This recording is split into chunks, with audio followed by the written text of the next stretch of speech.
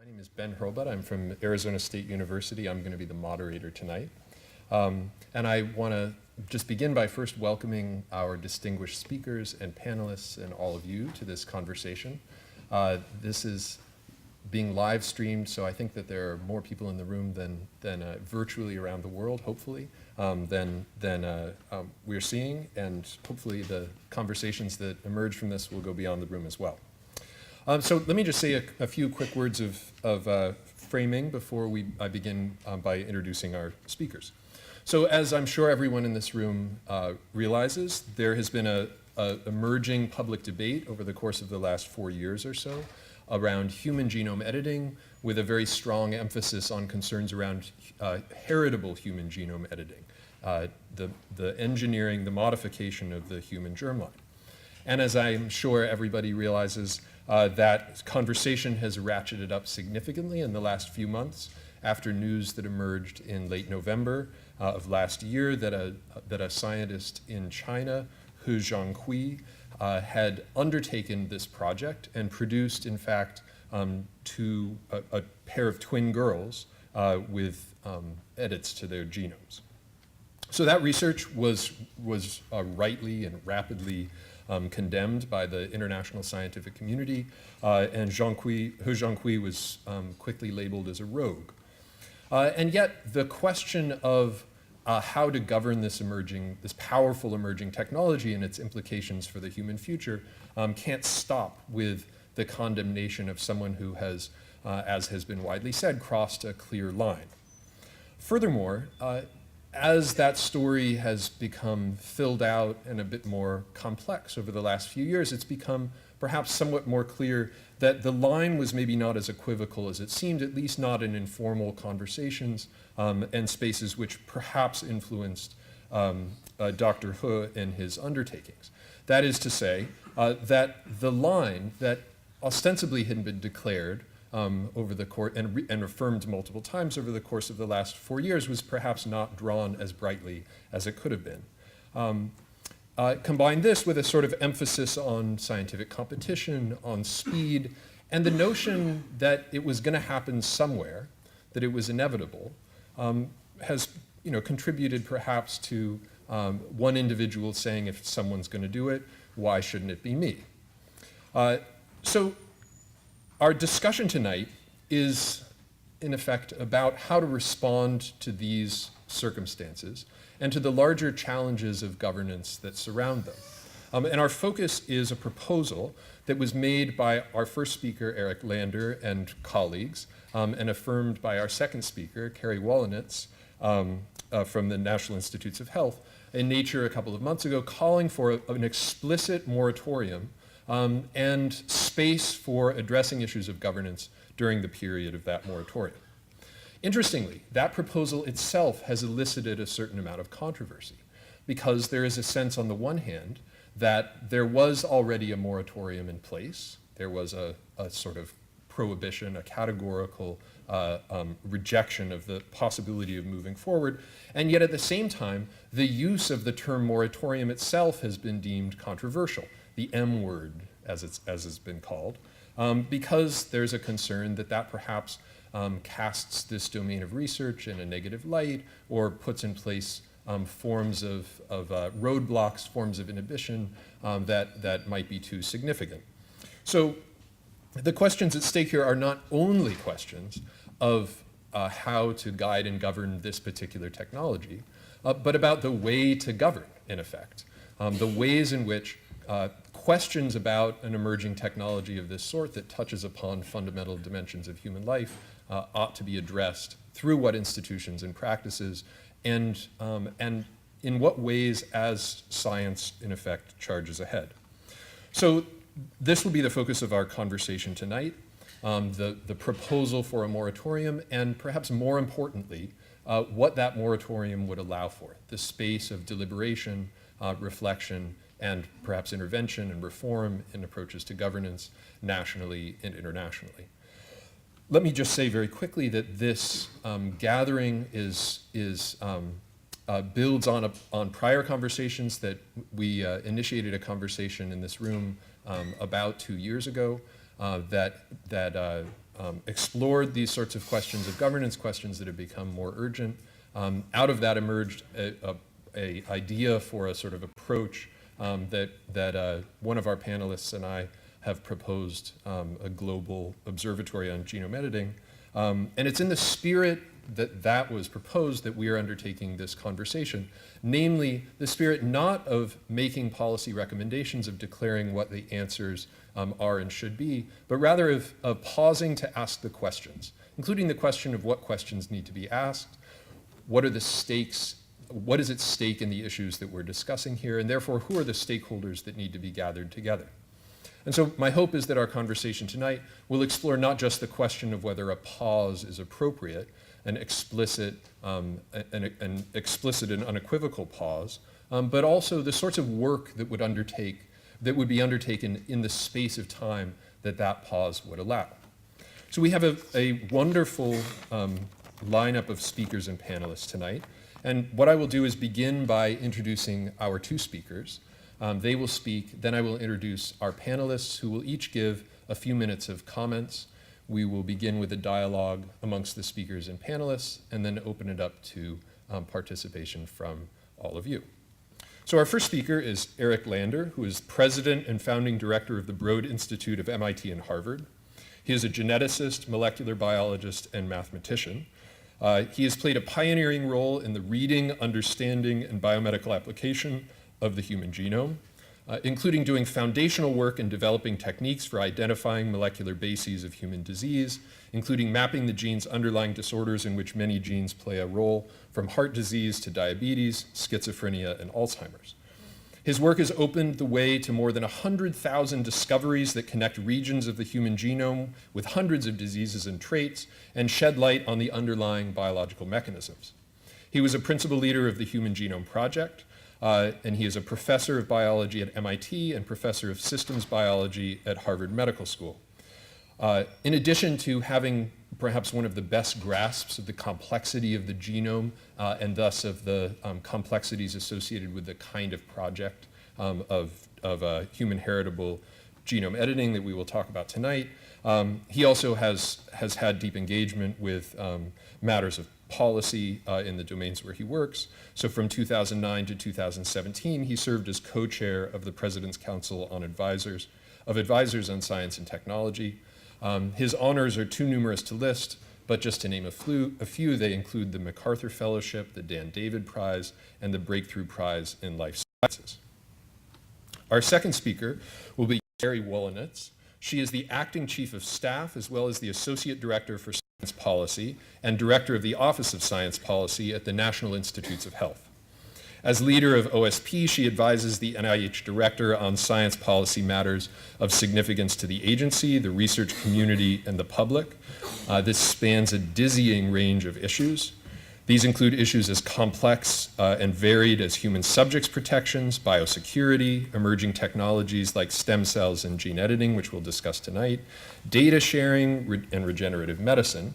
And if you're not impressed yet, she also advises on the organization and management of NIH itself, which of course has a budget of over $40 billion, and the innovation policies that inform how NIH-funded research comes to have wider medical, social, and economic impact. Prior to joining NIH, she was the Deputy Director for Federal Affairs at the Association of American Universities and the Director of Scientific Affairs and Public Relations at the Federation of American Societies for Experimental Biology. She also served as the president of United for Medical Research, a leading NIH advocacy coalition that's deeply committed to pushing forward the mission of biomedical research in the service of the public good.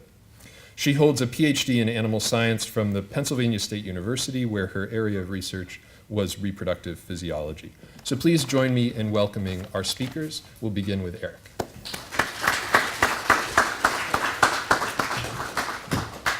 Well, first, thanks to Ben and to Sheila Jasanoff for organizing this meeting, and much more so for the work you've been doing for the last several years with this important idea of a genome editing observatory and a whole series of very thoughtful papers that you put out there, and I think very influential papers. So thank you very much for those contributions. So I don't know, in mid-March, we published a piece in Nature, myself and 17 colleagues from 7 different countries, that tried to suggest what we thought might be a good path forward for the governance of heritable genome editing. We said, why don't we start with a moratorium? This was sort of like flamingly obvious because we have a moratorium. We said it because we thought it needed to be said that we use the M word. But a moratorium means, according to the dictionary, a temporary prohibition. We have a temporary prohibition. Everybody agrees. No responsible person should be doing it yet. That's called a moratorium. And yet folks were squeamish about even using the dictionary word that describes the current circumstances. That's fascinating in and of its own self, but even the people who disagree with me on using the M word admit this is just a matter of semantics, whether invoking the word somehow has talismanic qualities beyond the actual facts of the matter. I'm not going to dwell that all much on whether we should have a moratorium since we have one. It's really, as Ben said, what are we going to do with it while we have it? That's the more interesting question. What forms of international governance do we want to have? You could range anywhere from trying to get a treaty to ban all forms of germline editing to every country should just do whatever it wants to, and many things in between. So that was the thing we really tried to struggle with. But I got to say, the deliberate choice to use the provocative M word served its purpose of getting people's attention and forcing people to focus on the piece, because had the title been International Governance Structures for Heritable Genome Editing, people wouldn't have read any further. So it's good. So I don't mind that we said the M word there. Also, I might as well get out of the way. People ask me, well, how would this have prevented He Jiankui and what he did in China? And the answer is it wouldn't, and that's not the point of it. We weren't actually worked up about whether or not a global moratorium would prevent a criminal act. Criminal acts occur. They do occur. When you have laws against murder, people still murder. They murder a lot less because there are serious consequences around them. But the whole notion that this is about preventing individuals is misguided. It's about what countries should choose to do. In the long run, the consequential choices are not going to be an individual scientist in Hong Kong or anyone in Shenzhen or anywhere else who decides to go against global norms. It's going to be if those global norms are set in certain ways that serve as very poorly as countries or as a world. And so our entire focus is on the behavior of nations. With regard to rogues, they should be controlled by their nations. Either China has laws that criminalize what He Jiankui did. It might. It's not so easy for me to figure that out. Or it should have laws. But that's China's responsibility to manage it, just like in the United States. It's our responsibility. And as a matter of fact, it's against the law in the United States right now to carry out germline editing. So we have much more than a moratorium in this country. We have a ban by law. Anyway, I thought I'd just get those things out of the way quickly. And let's turn to really what we said and why we said it. We said it because we're pretty disappointed about what happened in Hong Kong at the second Genome Editing Summit. I was a member of the organizing committee for the first Genome Editing Summit that occurred in Washington in 2015. And that organizing committee, very much aware of the legacy of the Asilomar meeting, which had taken place in the early days of recombinant DNA, decided to issue a organizing committee statement, which is what happened at Asilomar. And we even had some of the same people who were present at Asilomar who could guide us to that is what happened. And so we drafted a statement. We argued long into the night about what the statement should say. And in relevant part with regard to germline modification, making genetically modified children. Footnote, CRISPR germline editing has many wonderful applications in somatic gene therapy that affects a person's own body and is not passed on to the next generation. we in no way wish to limit that. That's a subject of appropriate regulation by regulatory agencies, but poses a very different set of issues than this germline stuff. The germline stuff, we said it would be irresponsible to proceed with any clinical use unless and until, one, the relevant safety and efficacy issues have been resolved, and two, there's broad societal consensus about the appropriateness of the proposed application. So on an application-by-application basis, the application should have societal consensus that it's appropriate. Now, interestingly, it goes beyond the mere safety and efficacy, which are the kind of regulatory frameworks. The FDA is already there to deal with safety and efficacy. There's a broader question of societal consensus because germline editing does make modifications to the human population. They are passed on to future generations. They are not easily recalled by a product recall notice. Please send in your genome, or please fail to reproduce by natural means going forward. And so it's a consequential thing. And so we felt there was a need for both safety and efficacy and for broad societal consensus about moving forward. Those words, which we argued about that night, and people said, what exactly do they mean? Could somebody define broad societal consensus? I actually wrote those words, and I said, they do not mean 51% plebiscite. They do not mean unanimity. They mean folks will have to argue to figure out whether they have broad societal consensus, and the act of having to decide whether you have it is roughly the point. Can you credibly at the end conclude that you have adequate societal consensus to move forward? That is the case in most political things, that there's enough consensus to move forward on things, and it's important to be able to have that argument and to do it. And yet, you would have read those words. It would be irresponsible too, as nobody should do that. And yet somebody went and did it. He Jiankui did that in China.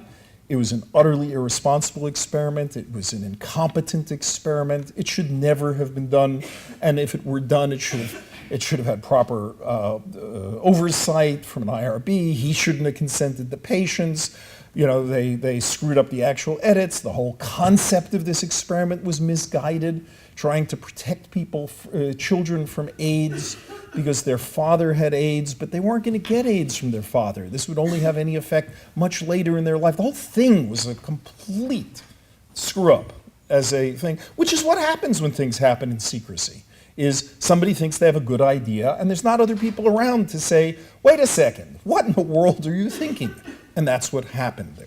But it wasn't just that bothered us. What bothered us, frankly, was when we learned that lots of members of the scientific community knew about it and didn't do anything about it. Well, they said, look, I don't want to talk to you about it, or don't use my name. That's not exactly what an upstander does. That's the act of a bystander, not an upstander, to say, wait a second, I know this is wrong. And I think in their defense, as best one can defend that position, several of the people said, well, I didn't officially know it was wrong, and I didn't know who to report it to. So, all right, if we're being generous, that's what happened. I would have hoped that one of them would have simply called the newspaper and say, hey, the guy in China is going to go do this thing right now. But nobody did. It was really interesting that nobody did. And that's more disturbing, maybe, than that he did it, is that many other people in many other countries knew and said nothing. Then, since the 2015 meeting, there have been numerous proposals to start editing the human population for all sorts of things. Now, some are serious, some are less serious, but there are calls to make humans radiation resistant so we can go travel in outer space, and to take the thousands of genetic variants that have tiny, tiny effects on measurements of educational attainment, and make all these edits in the human brain so that we'll have better human brains, or other things like that, or lists of genes that should be edited that are up on the web. These are very concerning things, that there's this enthusiastic techno drive to start editing the human genome without a lot of thought attached to many of the proposals. And then I'm concerned with regard to broad societal consensus that these good words that we did, in fact, all agree to use in 2015 have sort of begun to slip away with more and more focus, including at that Hong Kong meeting, on the technical aspects of safety and efficacy. Those are trivial by comparison. They're important, don't get me wrong, they're very important, but by comparison, making sure there aren't off-target edits, these are small potatoes compared to whether we wish to modify the human population, and if so, for what purposes. Now here I should note, this set of 18 authors do not necessarily agree, in fact do not agree, on ultimately whether CRISPR germline editing should ever be used. Some think it should, some think it shouldn't, and it didn't matter. We all agreed that what was necessary was real conversation about this, that if it were to be used, the legitimacy was needed, and that building that legitimacy was a critical thing for any decision, one way or the other. And if it took a little bit of time, that was okay, because there was no issue, no need that was burning the house down at such a tremendous rate that it had to be that we had to move forward today. Those of you know what gene drives are. There's a powerful case about using gene drives to wipe out certain mosquitoes in Africa to prevent hundreds of thousands of deaths from malaria. It is a complex question, but there I have to say, it is true that delay has a very measurable cost. In this case, delay has a much smaller cost. Not that it's unimportant, and not that some people might not want to use it, and I'll come to, there are some cases where people could make an argument, but in the balance of give enough time and attention to try to solve this, versus we must move forward because there's some compelling need across the world, I think it shifts one way here very clearly. So in this piece in Nature, we tried to roughly touch on what we saw as the critical issues. Obviously, these technical considerations, they're important. You should never be using this until you have accuracy, you don't have off-target edits, you make the correct edits, you don't have mosaicism, only certain of the cells getting edited but not others, things like that. But I'll put that aside because there's actually a tremendous infrastructure of scientists who are very thoughtful who are working on those questions. The thing that gets often less attention are scientifically, for what purposes should we be doing it, and do we know what we're doing? There are rare genetic diseases that get passed on in the population, like a couple marries, wants to have kids, each is a carrier for a genetic disease. There's a 1 in 4 chance that the kid will get a double dose and therefore get the recessive disease. Wouldn't it be great to CRISPR edit the embryos so that they wouldn't have a chance of getting the genetic disease? And the theory is you would do in vitro fertilization and edit the embryos.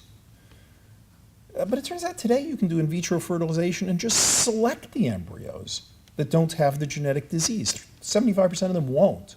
Just do genetic testing on the embryos by pulling off a cell. Is it truly better to go in and try to edit the genome of all of them rather than just select? And in fact, it's routinely used in vitro fertilization followed by pre-implantation genetic diagnostics. So in most cases, that would serve most couples. Indeed, the reason most children are born with genetic disease is because parents never got genetic testing in the first place to know that they were at risk. If we truly care a lot about preventing needless genetic disease, we should be all out there trying to ensure genetic diagnostics for families, not trying to do genome editing on a couple of embryos, because in fact we have PGT if you already know that your family is at risk. Now, it is possible that sometimes, despite the best efforts of PGD, you might be unlucky and have so few embryos that even though the odds are with you, you won't find one that's unaffected. You might have to do another cycle of fertilization, and that is painful and takes time. And there will be some couples that never manage to find a unaffected embryo to reimplant. But that's what we're talking about. We're talking about the tail of that distribution, and the exceedingly rare cases where somebody is homozygous for a dominant disease, a double dose of, say, Huntington's disease, where there it's not 50% or 25% of the kids are going to be affected, 100% of the kids would be affected. They are the only way you can have a genetically related child to that parent would be through genome editing. That's a serious thing. Of course, the number of cases of homozygous Huntington's disease recorded is a few dozen across the entire world. So it's not like a very big need, but it's not nothing, and it deserves attention. But the rare genetic, severe genetic disease constitutes a pretty bounded class. Beyond that, there are lots of adventurous proposals for making all sorts of, quote, improvements to the human genome. Most of them are very poorly thought out.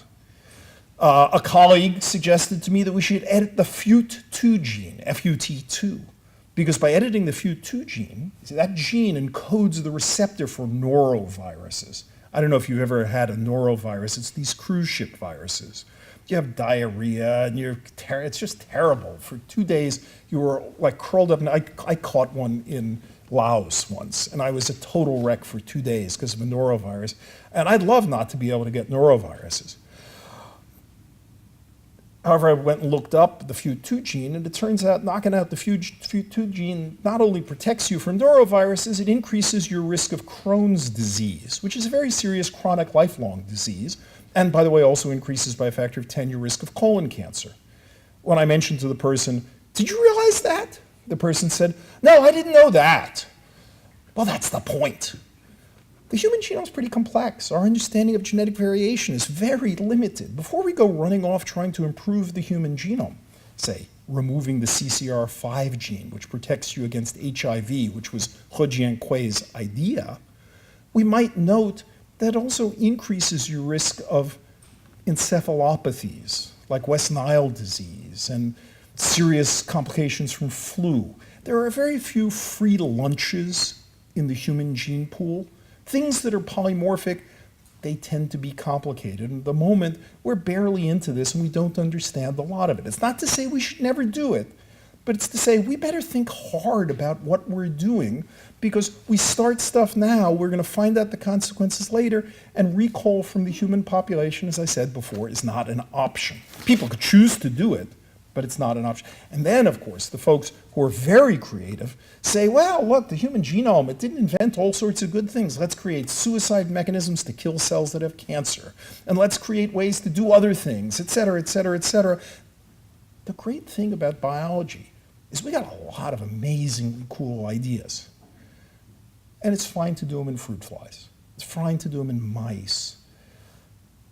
It's really complicated to imagine installing new circuits in the human genome. Just imagine 2 generations from now, Harry meets Sally, and Harry has inherited one circuit, and Sally has inherited some other clever circuit. And nobody has any clue what's going to happen when they coexist in the same offspring that they have. It offers endless possibilities for a new kind of genetic matchmaking, of people to say, oh, this is not a well-advised match. But of course, there's going to be many interesting, unique, anyway, it's complicated is my only point, and it deserves serious attention.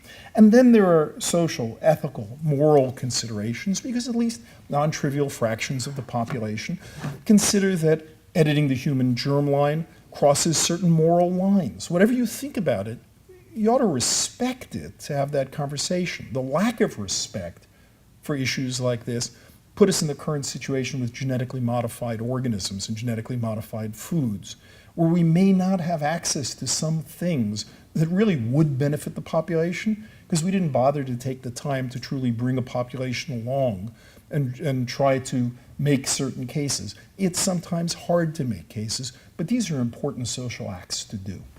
So for all these reasons, we said it wasn't enough to just say, let's have a moratorium, because a moratorium is a temporary prohibition, and indeed, we have one. The question was, what should come after? And so we tried, and this was like an act of imagination, and you could probably do better, but we tried to say, what might an international governance framework look like? Because we figured we wouldn't do anybody any favors if we didn't put something on the table to shoot at. So we put something on the table, and now you can say, I could do better, and that's the point. There will be a WHO group, there's a National Academies group. Maybe they can do better, but at least they know what a governance framework might look like. So what was that framework? The framework was transparency is the first step. The first component, sovereignty. Every nation ultimately can do what they want to. We don't have international law that's going to march into some country and tell them, you may not genome edit. you could try to get a treaty to do something like that. We didn't think that was a plausible lift. We said, no, sovereignty, but transparency. If you're going to consider doing something, declare it publicly. Start a process of conversation. Nobody should be going around saying, China is secretly editing anything. It should be, China says, we are thinking about doing the following thing transparently. Then there should be a period of international consultation. We threw out 2 years. 5 years for a moratorium, we tossed out 2 years for international consultation, where some groups bring people together and those who want to try to talk a country out of doing something have an opportunity to do it. And the country has an opportunity to make a case. And ultimately, it's up to the country what it wants to do, but transparency and consultation. And then, if the country wants to go forward, we said it should state that in its own judgment, they do have broad societal consensus to do it, and the application is indeed appropriate. Nobody can tell them they can't, but they have to, with a straight face, say, we believe we have broad societal consensus. You might say this is an extraordinarily light framework. There are no penalties or anything like that. There are norms. However, norms can be very powerful. Countries that violate norms, well, that could be, if one really sticks to these norms, quite problematic. Now, it's been interesting to get the reaction to this. The reaction to the idea of having a moratorium, we said a fixed-term moratorium, not some open-ended thing, a 5-year moratorium. It's been fascinating to listen to the, well, we can't really have a moratorium because it might be hard to lift. Well, of course, as stated, it lifts automatically. It's a 5-year moratorium. It lifts. So I don't quite understand the argument. But frankly, if you can't manage to lift the moratorium, you have a real problem there, especially since it's fixed term, but whatever. Then I've heard the argument from some of my colleagues in the United States, using the M word would discourage young people from going into the field. To which my reply is, it's actually illegal in the United States. Doesn't that discourage people from going into the field? Yet they're going into the field because there's a lot of interesting science there. I can't see how, mouthing the M word will do anything more than a congressional law here. But anyway. There won't prevent a rogue actor, as I say, that's not the purpose. It's to understand how countries should make choices. With regard to consultation, I thought that was such apple pie. Yet, I have colleagues in the UK, which is by far the most forward-leaning country on these things. They're deeply thoughtful, excellent science, forward-leaning, who have said to me, I'm not so comfortable about this consultation requirement, because, what if we consulted with everybody and then, folks didn't like it and we felt uncomfortable going forward? Remember, the continent, Europe, tends to have laws against this as well. What if we felt uncomfortable after that consultation? To which my reply was, that's the point. If you don't have the courage of your convictions after that consultation, you shouldn't be doing it, because then you don't actually stand by what you're doing enough. So call me old-fashioned, but I like a world with norms where we transparently declare what we're talking about, we're willing to talk to each other, we're willing to take a stand, that we have our countries behind ourselves, actions here on a case-by-case basis. This would need to be a process that goes on over time. It's not, should we do germline ever or not? It's, for what purpose, should we ever do it, and for what purposes might we do it? So we tried to lay that out. That was the purpose of the paper. And it seems to have served its purpose because it's forced people to take some position on it. They had to say, I'm opposed to a moratorium, I'm in favor of a moratorium, I have a better idea for a governance structure.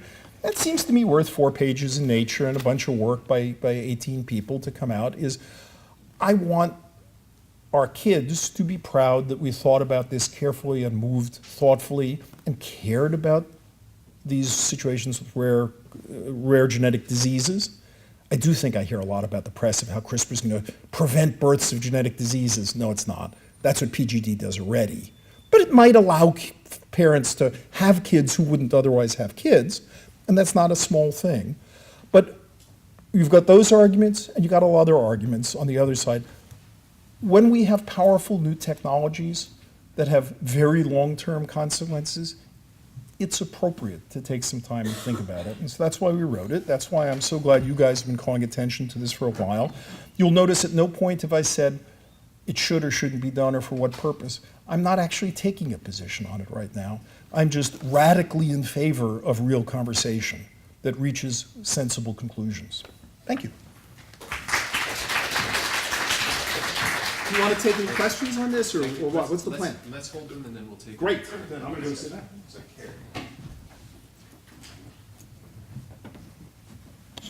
Well, I feel like I could follow what we did in nature and just say what he said and then get off the stage. So let me apologize. I'm a little bit hoarse, so may have difficult making myself understood, although my Demi Moore impression is right on point. So thank you for the opportunity to come and participate in this conversation, which I think every time we do this, it contributes to exactly the conversation towards building societal consensus, whatever that may be, that Eric just referred to. I'd be remiss if I didn't start with what has become, I think, a pretty important standard vocabulary lesson that I like to give every time I talk about genome editing, because one of the things I've found to be true in speaking with a variety of audiences is, thanks in part to a lot of the sort of popular media coverage, people tend to conflate a lot of different terms that don't actually mean the same thing. They talk about CRISPR, they talk about gene editing, they talk about germline editing, as if they are all synonymous terms. In fact, gene editing is a biotechnology that's been around for quite a while, and there are a number of gene editing tools, of which CRISPR, or CRISPR-Cas9, is the latest and greatest kid on the block. It's faster, it's more accurate, it slices, it dices, it even juliennes. And so CRISPR has enabled a lot of applications of gene editing that for a long time were really hypothetical in nature, sort of possible but not really feasible in a lot of ways. And this includes a lot of really exciting, promising, and largely non-controversial uses as a research tool to forward somatic gene therapy. So this is non-heritable gene editing. And for far more innovative uses, such as the one that Eric mentioned, gene drives, the ability to rapidly diffuse genetic traits throughout a rapidly reproducing population, like eliminating disease-carrying mosquitoes from an ecosystem. And that presents a whole host of ethical and security and ecological issues, which are very different than the set of safety and security and ethical issues associated with the use of gene editing that we're talking about today, which is germline editing, heritable gene editing, mostly in the context of gene editing embryos. And I think that's important to focus on, because when you start talking about policy frameworks and solutions, you want to make sure that they're focused at the right level. And I would argue that a lot of the conversation ends up being about the technology, about gene editing or about CRISPR, when really what we need to be focused on is the use of that technology and the different issues presented by use of that technology.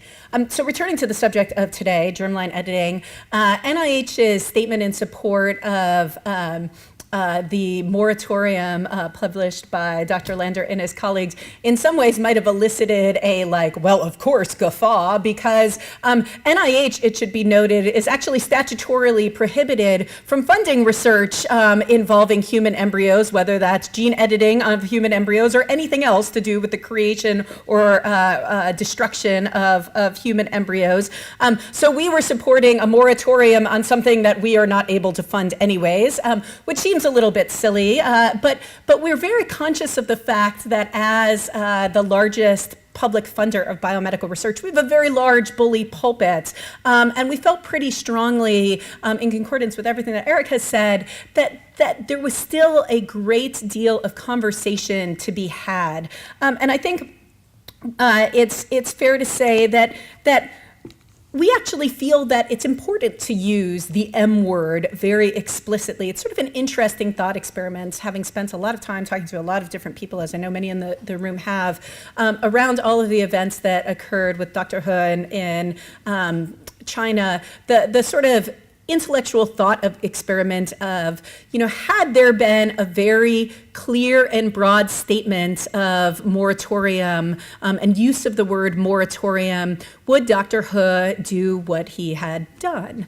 Because I absolutely agree, there is no way you can stop people who are determined to do bad things from doing bad things. You can put a lot of things in place to punish them, you could do a lot of things in place to detect them, you can put a lot of things in place to mitigate the risk of people's ability to do bad things, but if someone is really determined to do something horrifically bad, no policy framework in the world is really going to stop them. However, it is interesting to think about the progression of messaging from the scientific community of this, because in 2015, actually, the word moratorium was used. It's, you can look it up. There were all sorts of headlines about this. Scientists call for moratorium on heritable germline editing. David Baltimore was all over the papers, largely because, as was mentioned, he was very involved in the moratorium on recombinant DNA, sort of post-Asilomar in the mid-70s. And so there was a nice resonance that played out very well in journalism. So what happens? If that clear message didn't get across then, why are we talking about it now? Well, I would argue what happened is that that moratorium came out of the National Academy's efforts to look at genome editing, and particularly heritable genome editing. And then, subsequent to that, in 2017, they put out a consensus report. And that consensus report basically gave what was characterized at the time as a yellow light for gene editing. It was a very sort of middle ground position of like, we don't think this is ready, but maybe we should leave the door open. And so it was not a very clear statement. And it's been reported that Dr. He has pointed to that sort of ambiguousness as, well, it sort of seemed like the National Academies gave me not exactly a green light, but sort of said, you can speed up, the light's yellow, so just go. And so I think it is really important to have a very clear message in order to have this conversation. I want to return to the idea of having that conversation. I do want to underline what was said previously about the temporary nature of moratoriums. I think moratoriums sort of create a knee-jerk reaction sometimes in the scientific community. The hyperbole comes out full force. Oh my God, this is going to be the end of the world as we know it. When truthfully, we have a number of examples of past moratoriums that were ultimately lifted when policy frameworks were put into place. Recombinant DNA actually is a good example of that. More recently, gain of function research on highly pathogenic influenza viruses. So we have examples of where moratoriums truly have been temporary.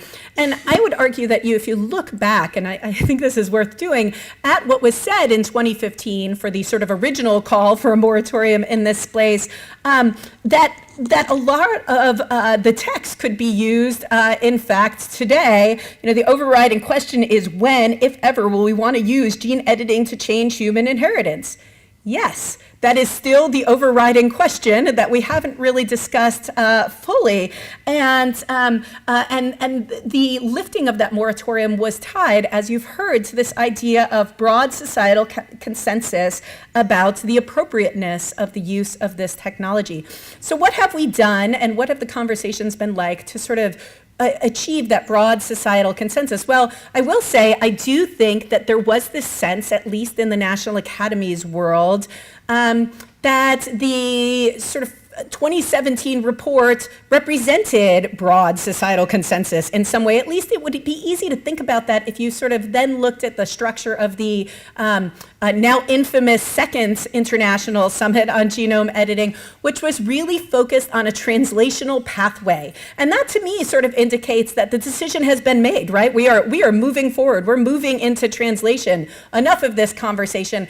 And there was a lot of lip service. There has been a lot of lip service in the sort of time period between 2017 and now from scientists about engagement and this commitment to engagement.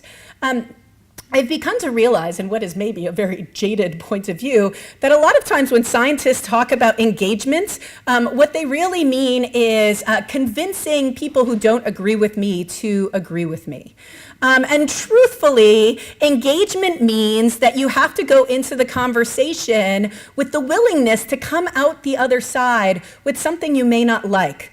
And you know, I can be and am in fact entirely neutral on what the ultimate right answer is, but it's not true engagement if you go in with the point of view that you're going to somehow bring the other side to where you want it to be. That's advocacy, it's persuasion, it's not actually engagement. And I think that to not really focus on true engagement here belies the complexity and importance of the sorts of issues that we're talking about. And so if ever there was a time to pause and take a deep breath, certainly it seems like this would be the time. And like Eric, I don't sort of buy into the hyperbolic, like this is going to have a chilling effect on science. And I also want to talk for a moment about the 2 points of view. One, the unmet medical need, which I'll get to in a second, but also the concept of eroding public trust, because I think the other real sort of danger here, without jumping on the hyperbole bandwagon myself, is that there's a real potential consequence here for moving too quickly in a way that really erodes the underpinning of public trust in the scientific enterprise, in the ability of biotechnology to positively change everyone's lives for good, which I think many of us believe quite strongly in.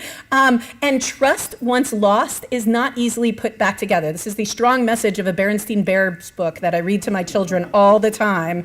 I think that it's an important, as with many Berenstain Bears books, an important lesson that can be learned here. And I want to talk for a moment about unmet medical need. I think this is one of these cases where, while agreeing with Eric that these very rare cases where there is absolutely no other approach to addressing the cause of the disease in a human embryo cannot be dismissed. I mean, I think that that's not fair to those families who are suffering from those diseases. I think it is also a time to reflect on the axiom of hard cases making bad law. And we need to think about that. It is a door once opened that cannot be easily shut again, and we need to think about whether or not the value equation works in terms of the risk-benefit there. And again, that's about having the conversation and going into it with an open mind that ultimately any given nation, any given community, any given society might come out with different positions on that particular question. And I'd also like to give a flavor of the complexity of the conversation from a very personal point of view. So I've had a number, in talking about this, a number of very fancy scientists who shall remain nameless, say to me, well, you're just being, quite dismissive of the medical need. You are delaying the possibility of people who really need cures for their condition and their ability to have biological offspring today.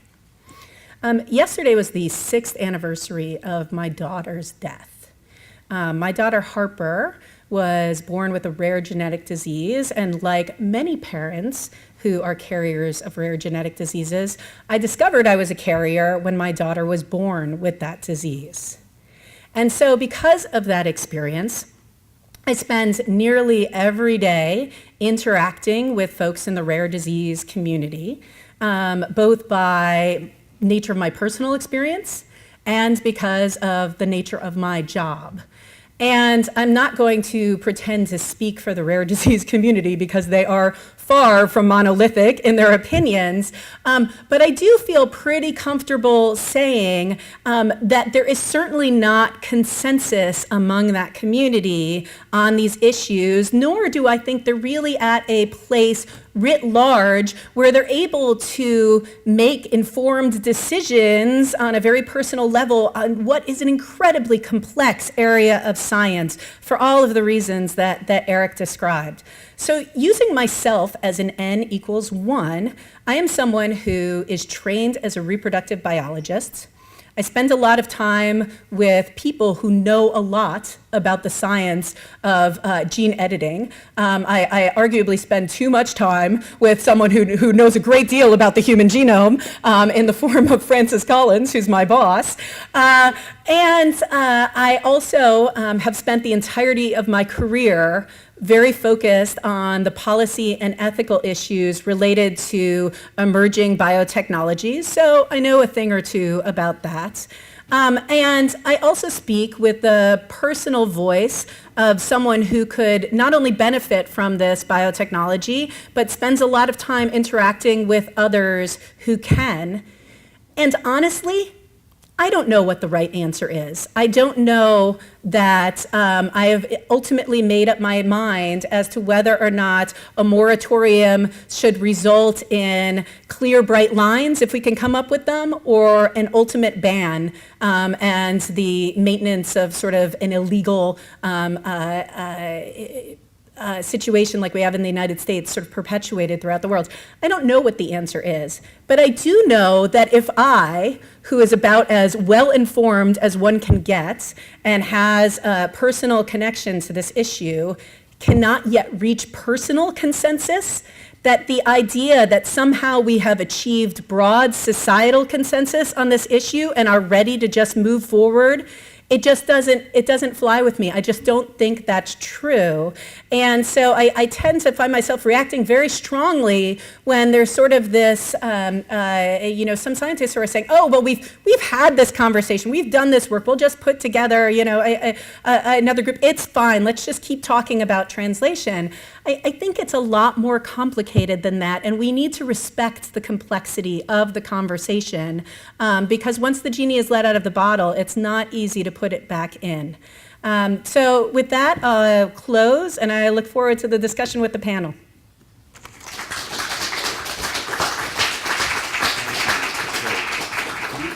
So let me invite the panelists to come up. And do you guys want to sit up here as well, so we can shift right into conversation?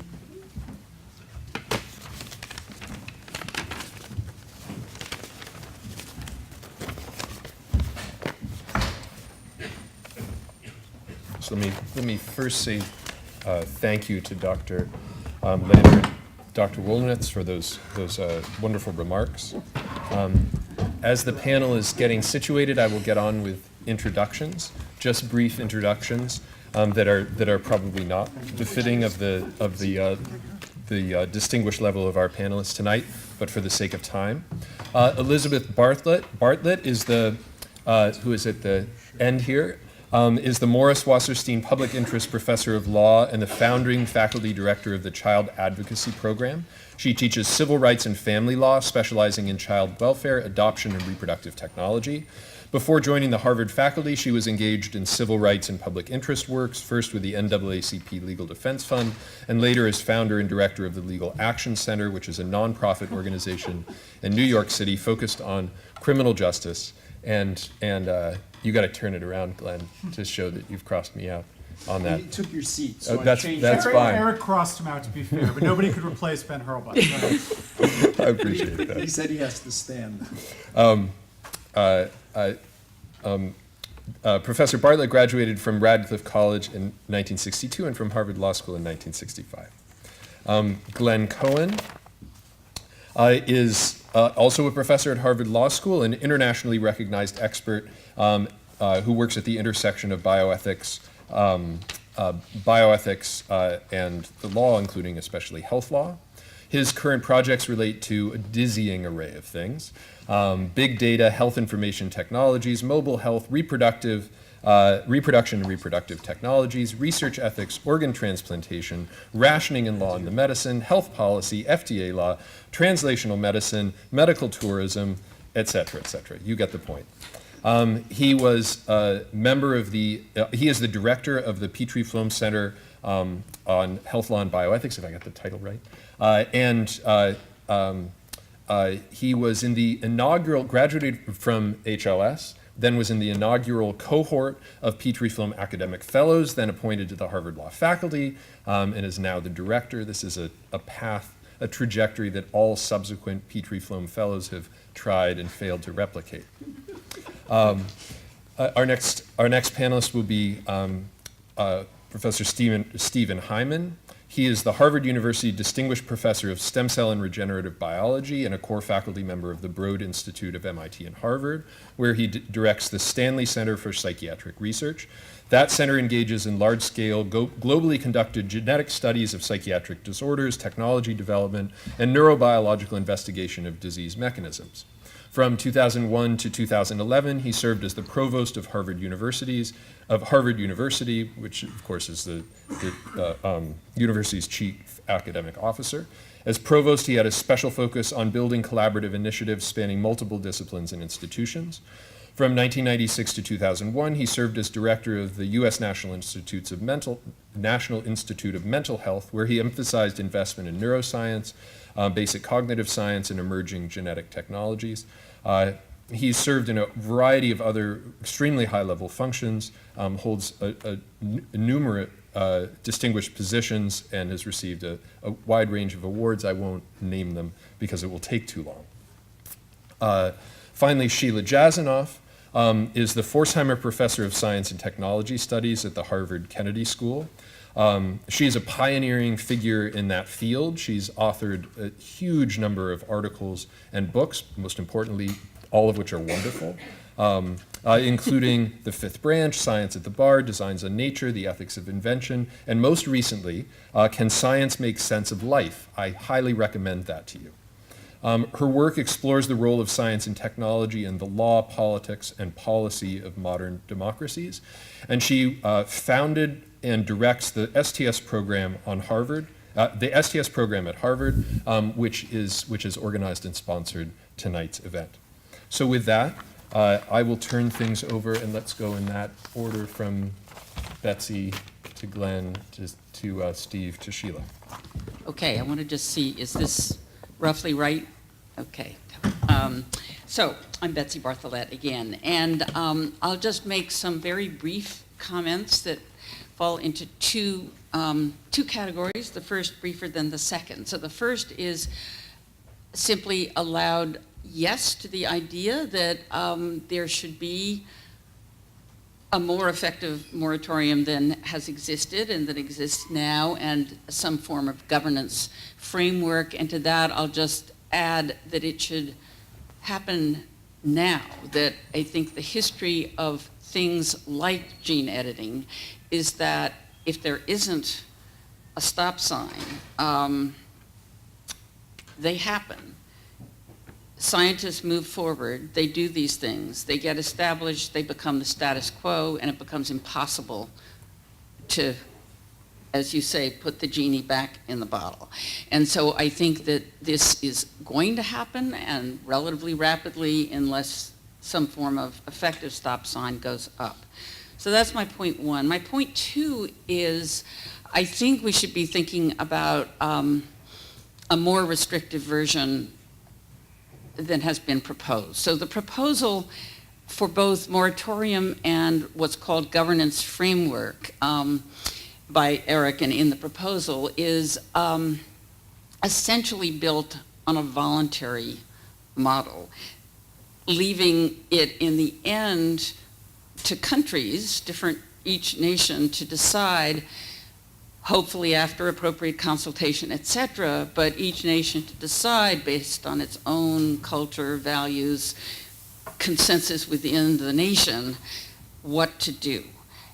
And my sense is that in addition, obviously that would be good, that would be great, one could build on what exists now and make it stronger in the way of voluntary moratorium, but I think that to have something truly effective, we need not to build on a voluntary principle, but to have what in the paper is rejected as an option, namely the treaty option, a treaty which countries would ratify and be bound by. Now, obviously, that would be enormously more difficult to accomplish. And one thing the paper does is to cite the UNESCO effort for a treaty banning human cloning and the fact that it failed. And the fact that it failed is some testimony to how difficult it might be to get a treaty in this area, but it doesn't say anything about why that would be a bad idea and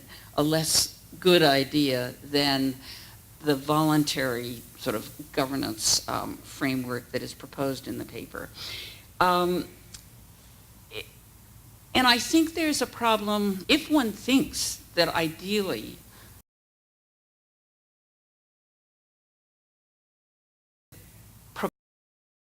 something built on a framework would be, quote, affect each treaty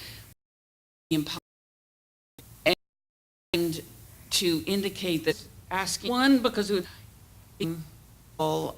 that as affect the future, it doesn't think the rights in country by country, national consensus by national census.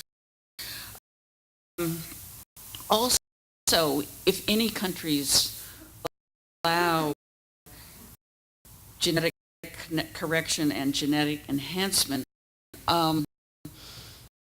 then it's open to all people in all countries, at least all those who can afford to go to the countries where it is allowed. So you get, we have today medical tourism, reproductive tourism. We'll have that tomorrow with genetic enhancement, genetic correction. The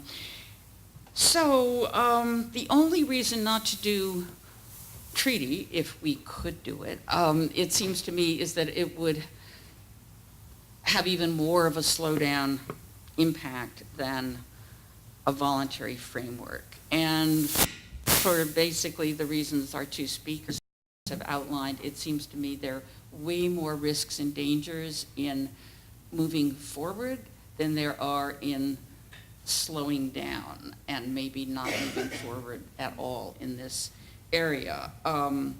So I guess my final point, and probably it's a controversial one, that I think that although our speakers did a good job of indicating how limited the need for this is, and that there really only a small population of people who are infertile, both members of the couple, that would actually need these techniques as opposed to existing techniques. Both of them conceded more than I think we really should concede in terms of how important that value nonetheless is. So speaking, I won't go into the details, but as somebody who's dealt both with giving birth to a genetically related child and infertility and adoption, I would just say I think that that value is overblown. The world has more than enough population, and there are plenty of satisfactory ways to have children without them necessarily being biologically linked. So I don't think that we should, do more justice than is required to that value. Thank you.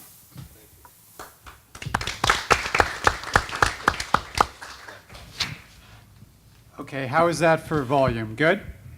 Great. First of all, I want to thank Dr. Lanier and his colleagues. So in the period before this paper was written, there was so much that was nebulous in this conversation, and so much, I think, kind of strategic discourse about what ought to happen and what not to happen and what to say. And I think this paper, for better or worse, I think for better, but maybe for worse, has become kind of a focal point by which people can really kind of signal their true colors.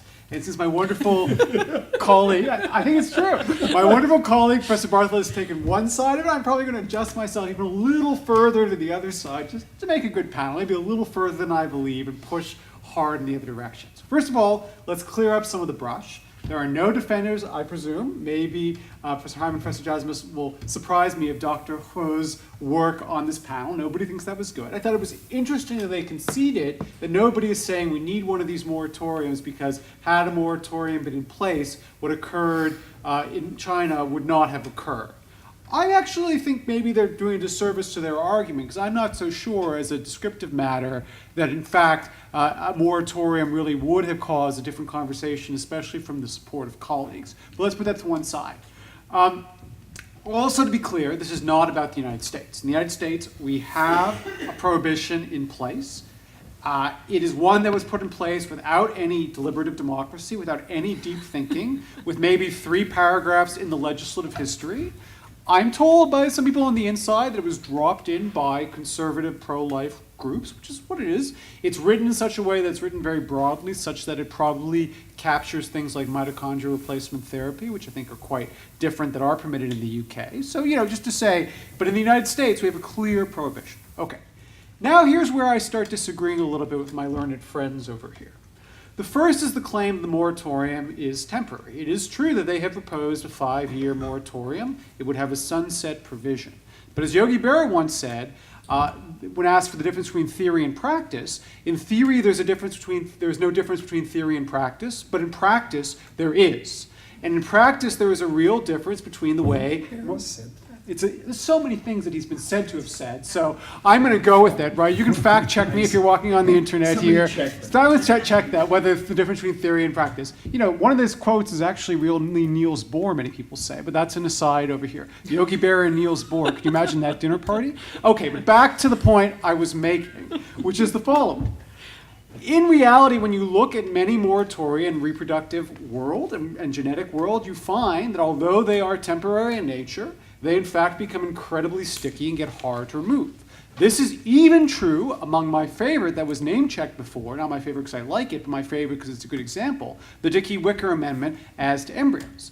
This is a 1-year moratorium because it is an appropriations rider. It has to be renewed every year.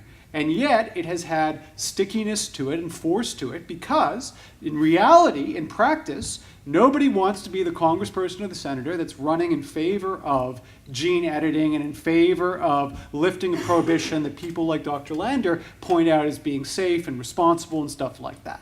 So my own view is that the reality of this is that even a temporary moratorium, to the extent it is exercised by law, will quickly become permanent or semi-permanent. And it's not the case that these are so easy to remove, even when a majority of Americans or Nepalese or whatever country disagree.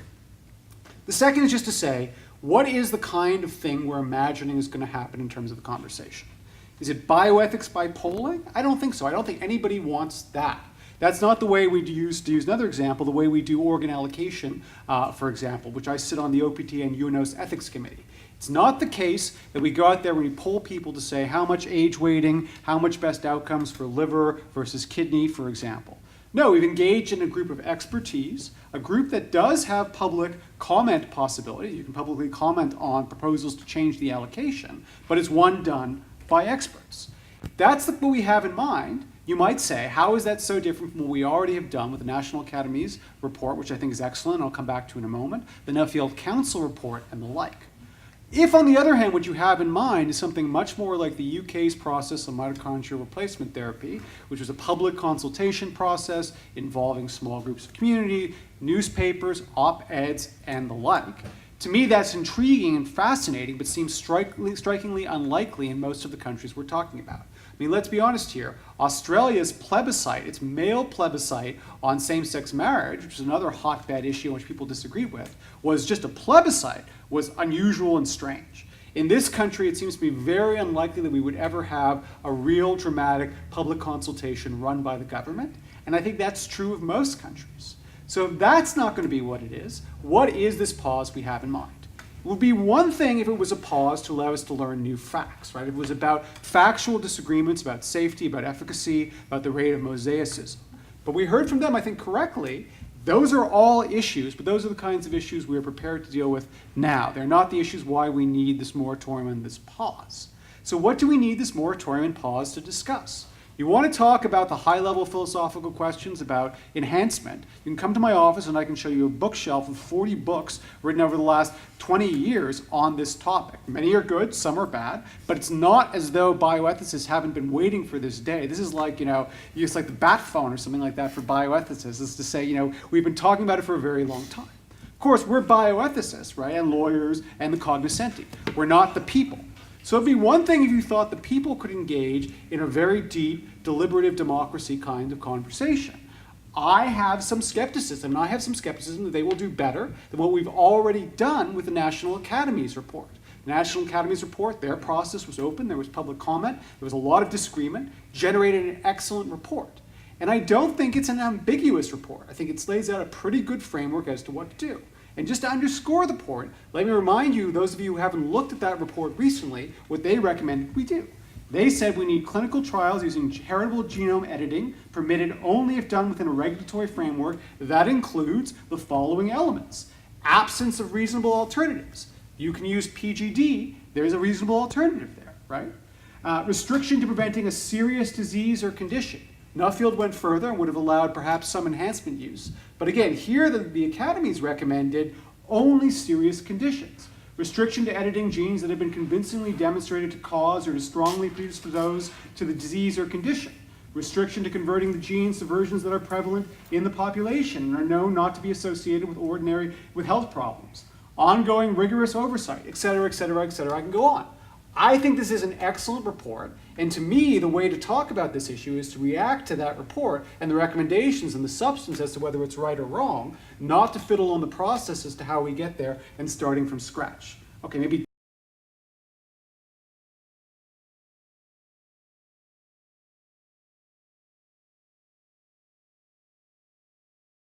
two more things and then I will stop.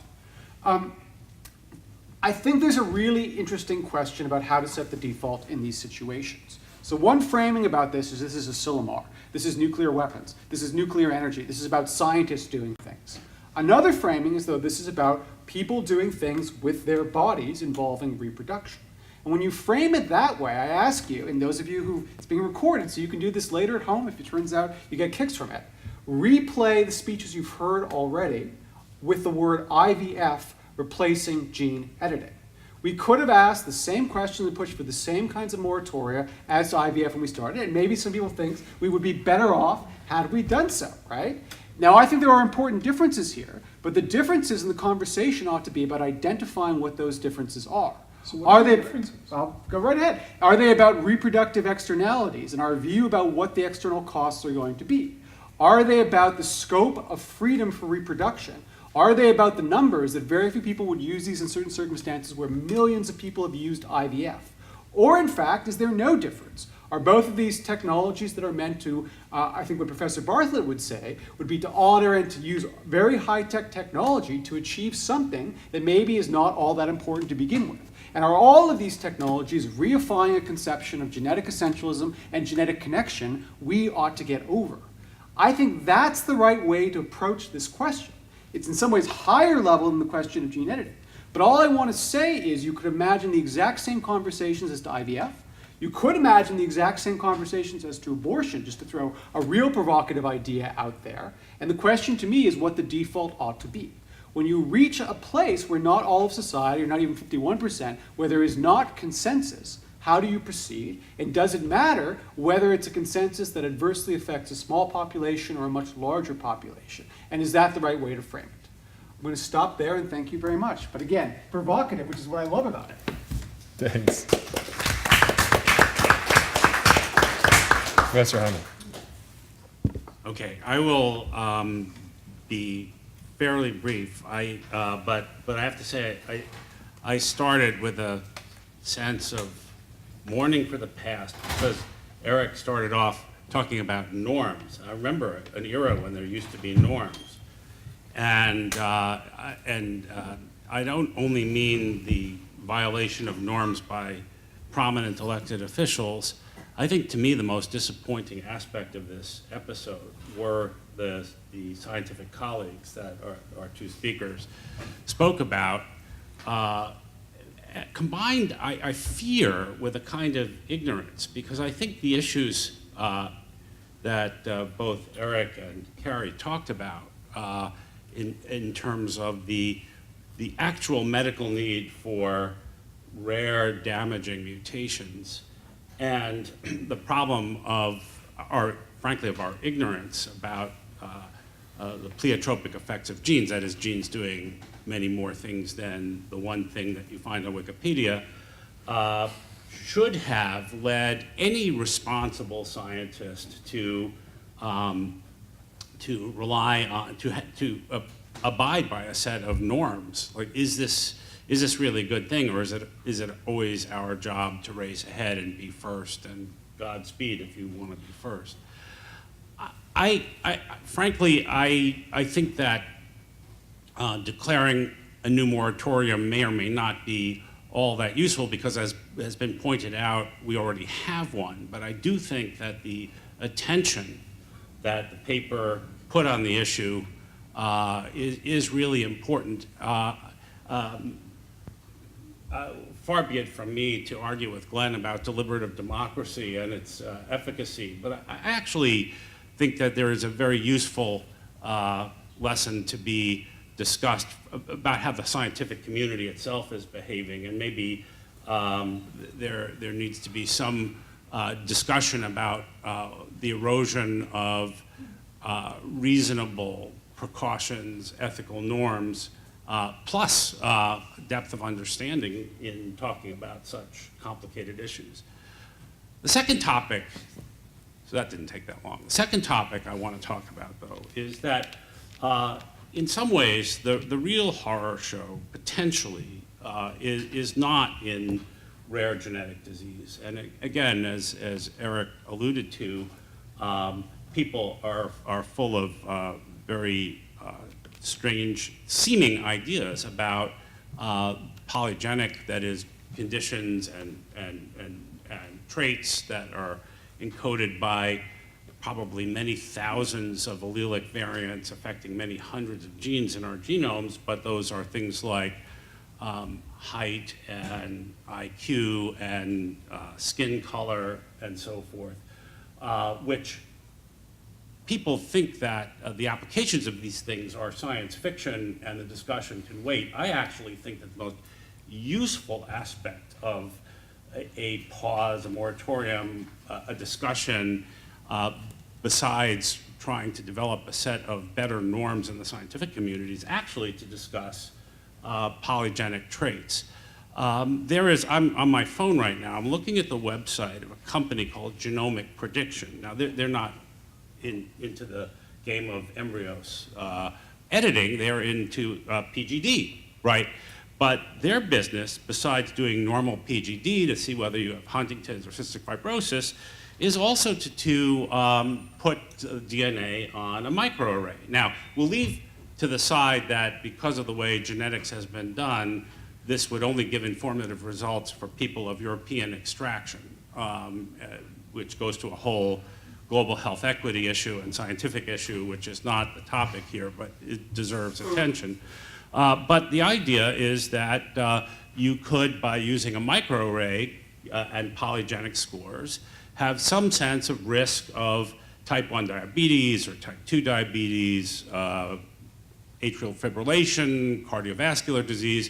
Now, it's not clear that you could pick one embryo. If you had 6 embryos to choose from and none of them had the Huntington's gene, it's not exactly clear that all of these nice things would line up. But here's the one that I think should give us pause. They could prevent mental disability. So what that means is using a polygenic score for cognitive ability, or more likely for educational attainment. And while again, these polygenic scores are poor predictors for any individual, it's a nasty scatter plot. If you look at people in the top decile versus people in the bottom decile, there's a really significant difference in outcomes. And so, again, the advertisement says prevent mental disability, but I think the parents would probably pick the one with the genomically predicted best educational attainment outcome, or the highest cognitive ability outcome. And we will, so just as on the side, so I was talking to a European, very high-level European regulator. As Glenn knows, my wife brings these people home, actually. She's into global clinical trial standards. And he basically said, we're going to do nothing about this kind of embryo selection because it's already legal. It's being done in most countries as PGD.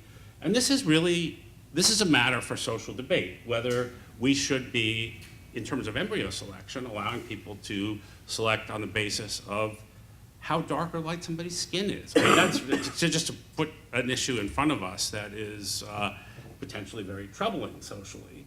And then, of course, you have this information, and I think the temptation, and maybe I just scare myself too much, but I think the temptation is to take that kind of information and then say, well, it's true, PGD will get rid of the risk of Huntington's disease, but if we could just engineer a few genes to make our baby a little smarter, a little taller, have the skin tone that we want. I think those kinds of experiments, again, they seem like science fiction, they seem unlikely, but I think, frankly, now really is the time to debate them, even though each individual allele would have a very small effect. People are getting better and better at multiplexing, and I think we shouldn't lose the opportunity to discuss not these medically very unlikely, serious but very unlikely situations, but actually the potentially very socially disruptive, ethically challenging uses of these technologies. Thank you very much. Sheila. Thank you to all of you who've spoken beforehand. I guess I'd like to begin by saying a couple of things that I find a little puzzling about how we're talking about this. So this picks up on Glenn's provocation about if we framed what we're talking about in a different way, would we have the same set of attitudes? So if we called it IVF instead of calling it human genome editing, would we end up having different results about how to use our bodies and how autonomous to be? So in that sense, I'm a little bit puzzled when people say we have a moratorium when in fact we have a ban.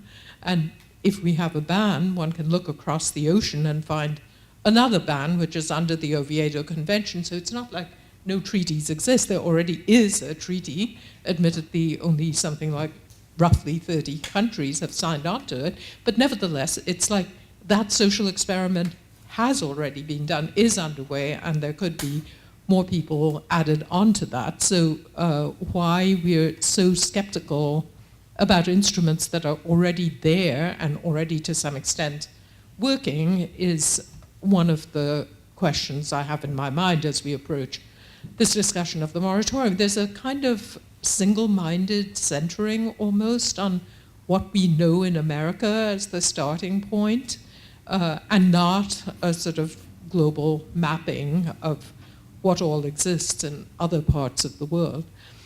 A second sort of puzzle to me is that there is a perfectly good legal formulation that has been the starting point for treaty making on things where we feel that some kind of global consensus or global agreement would be a desirable normative endpoint, and it is the phrase common heritage of humankind.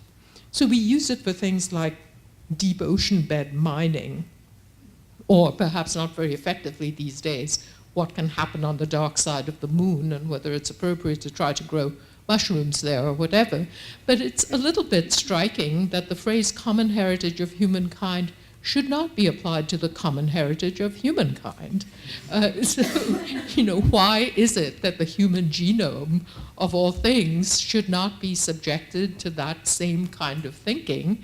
Though we're happy to talk about it in connection with geoengineering or whatever. I mean, so, surely something like where we stand in relation to our own evolution.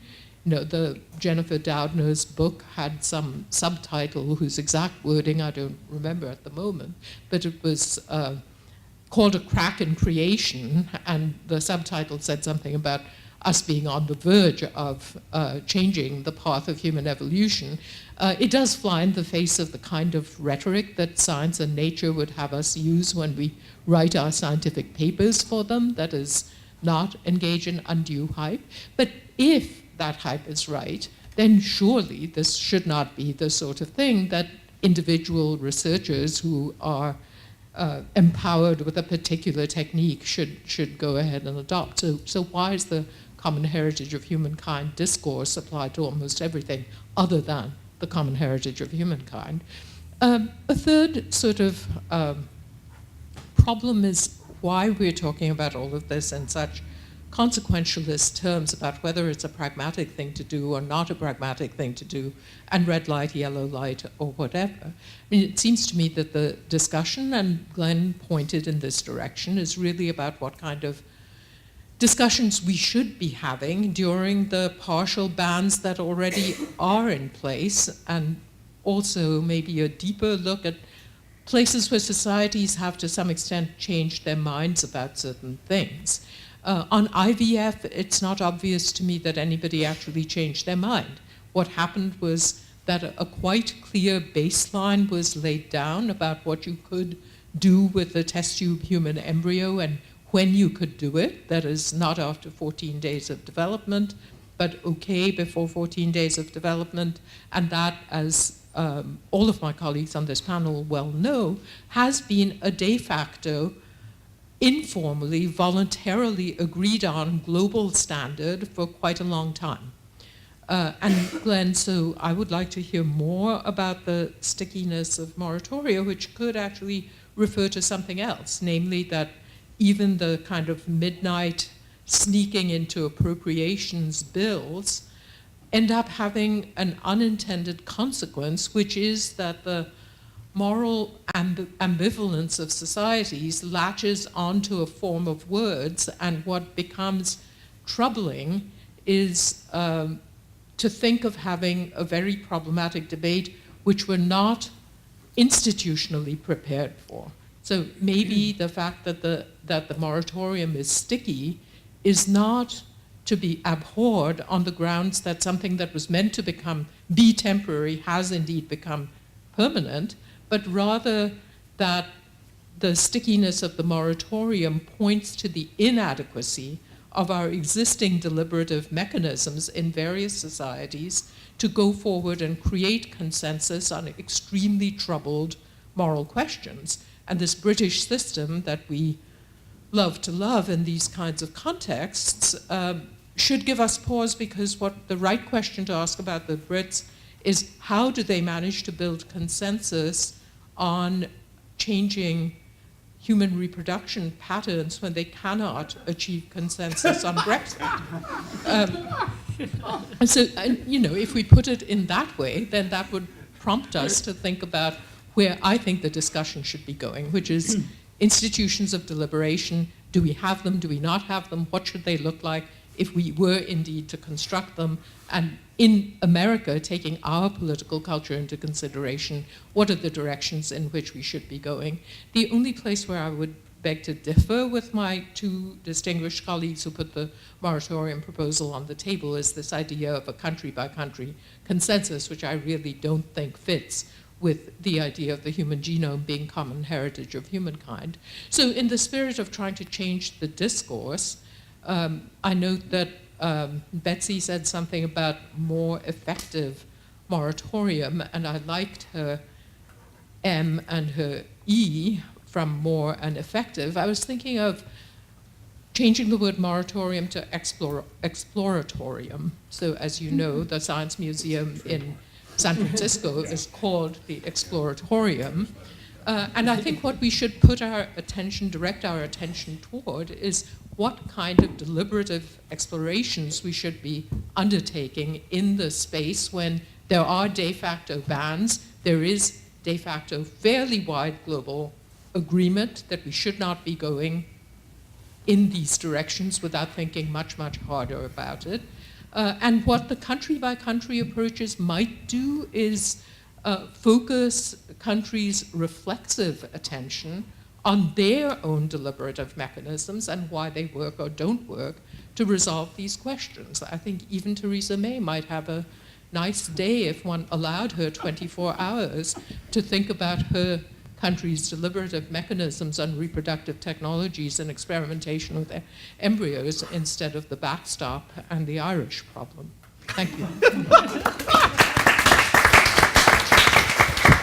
Yes, so please, Eric. All right, so wonderful, wonderful comments. I want to thank all the people on the panel for this. I'll just briefly give some quick reactions to Betsy's very thoughtful comments and Sheila weighing in favor of this as well. Why didn't we call for a treaty? I think the real concern was that if one went down the treaty path, it would fail and there would be nothing. I love the idea as a law professor of arguing the alternative of a treaty or this other mechanism. But most people who aren't law professors don't find arguing the alternative that convincing. And so we came down the middle with this. But I'm all in favor. We've accomplished our goal because we're provoking you to push for something stronger and him to push for something weaker. And go ahead and push for it. If you think you can do this by treaty, then you're going to have to figure out what that treaty is going to say. Is it going to freeze things or allow a growth and a flexibility? But I'm all up for it. The response we want is for people to write alternatives of how they would organize it. So we could not get, again, using the legal framework here, a majority of the court to go for a treaty. But we could get everybody to this place, and it was pretty important to have these authors standing together. So I don't reject the idea that a treaty might be a good thing, as long as we don't put the whole game on having such a thing.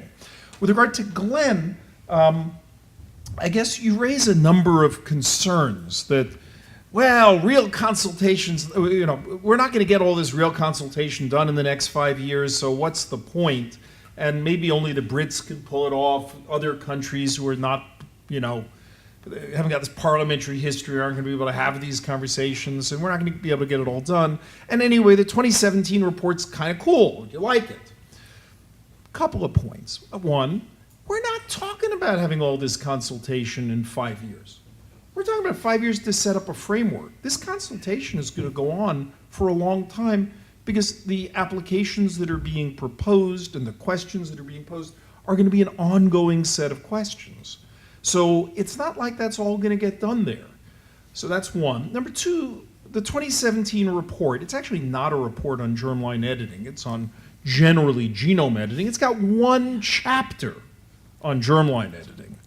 So you got 25 odd pages in there. The problem with the 2017 report is that it's a 2017 report.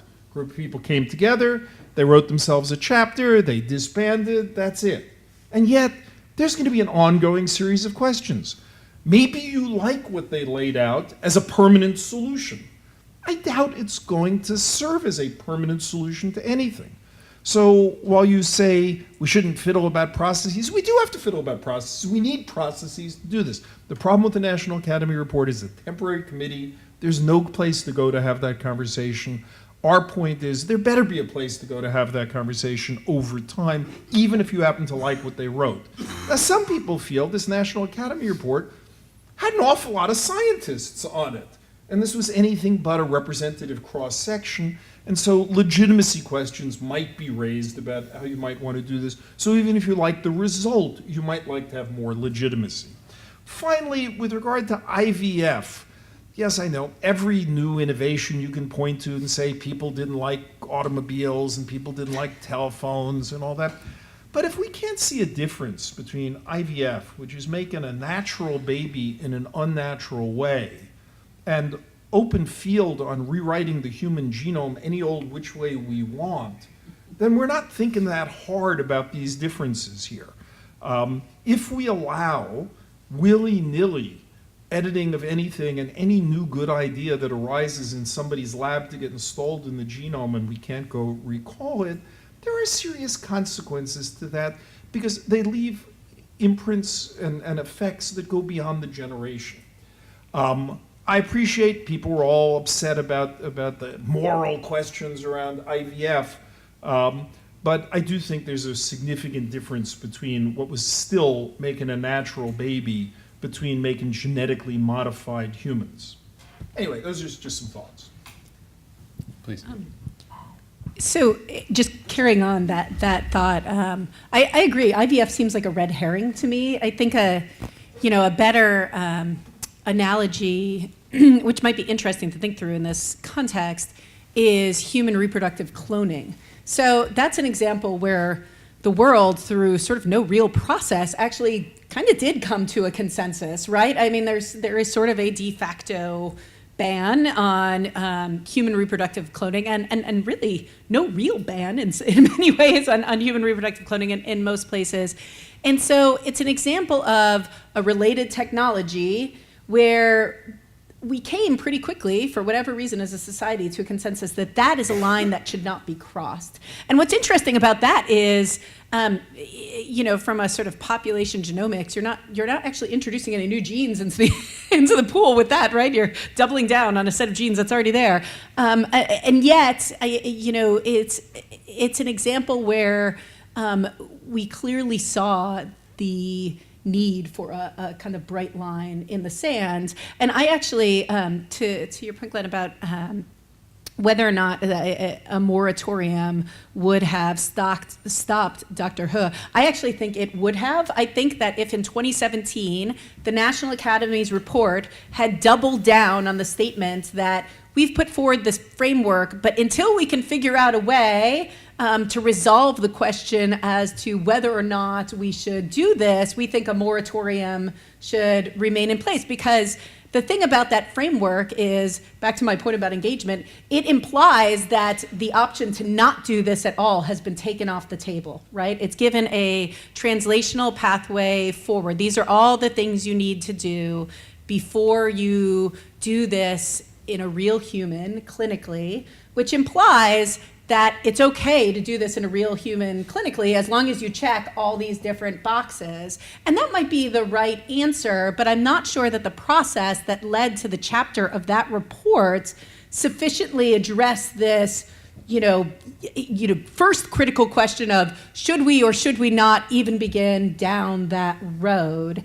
And so that, I think, is the sort of issue with the Academy's report from the framing point of view, because I actually agree with your point. I think that the very real thought experiments of, had there been a clear moratorium, a lot of continued conversation, Dr. He might not have gone down that road. And certainly I do agree that all of the colleagues who seem to be sort of complicit in hiding this probably would have seen something, said something to somebody. I do sort of strongly believe that. Now, that isn't to say that, again, there's not underground stuff going on, but I do think it probably would have made a very real difference. On the treaty question, I guess again, this is maybe where I could have a jaded point of view. I've been involved quite a lot in my career with the Biological Weapons Convention, and so I've seen, including serving as a delegate from the U.S., and so